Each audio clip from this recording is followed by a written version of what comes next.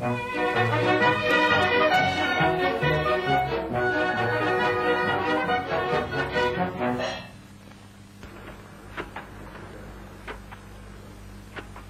mõnda aega täidetakse merd Tallinnas Kadrioru rannas põlevkivituhaga. Tuhk veetakse kohale rongidel Põhja puupapivabrikust, kus jõujaama kütteks tarvitatakse põlevkivi.